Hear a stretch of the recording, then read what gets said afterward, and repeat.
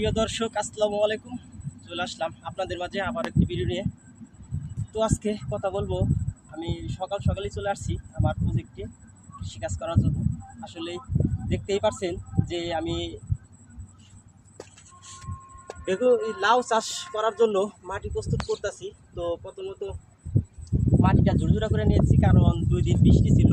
তার কারণে যে মাটিটা প্রস্তুত করার ক্ষেত্রে যে মাটিটা প্রথমত আগে ঝুরঝুরা করে নিতে হবে, তারপরে জৈব সার ও রাসায়নিক সার ব্যবহার করেই তারপরে বস্তায় তুলতে হবে, তারপরে সেটা আমি বীজ রোপণ করতে পারবো। তো আসলে যে মূল কথা, তো আসলে কৃষিকাজ কতটাই সহজ ভাবা যায় না, কারণ খুবই কঠিন। দেখতেই পারছেন সকালে চলে আসছি ক্ষেত কোপানোর জন্য। দেখেন গেমে একদম শেষ হয়ে গেছি। আসলে কৃষিকাজ খুবই কঠিন, বাট পারলে খুবই সহজ। তো এত পরিশ্রম করেই কিন্তু আমি ভালো একটা ফলন পেতেছি। দেখতেই পাচ্ছেন আমার বেগুন ডালে কিন্তু আলহামদুলিল্লাহ আমি অনেকটাই ভালো একটা ফলন পেয়েছি।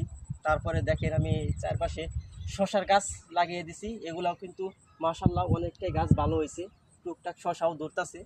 তো যাই হোক, আসলে আমি এতটা পরিশ্রম করতেছি, পরিশ্রমের ফল আমি পেতেছি। তো আমি কৃষিকাজকে আসলে কঠিন বলি, কিন্তু কঠিন বলার কারণও হচ্ছে যে দেখেন কি পরিমাণ পরিশ্রম করতে হয়, সব সময় পরিচর্যা করতেই হয়, তারপরে কি পরিমাণ রোদ বৃষ্টি, তারপরেও আমার কাজ করতেই হয়। তো যাই হোক, কাজ করলে খুবই ভালো লাগে এখন।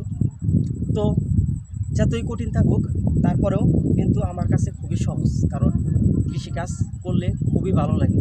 তো ধন্যবাদ সবাই, আসসালামু আলাইকুম।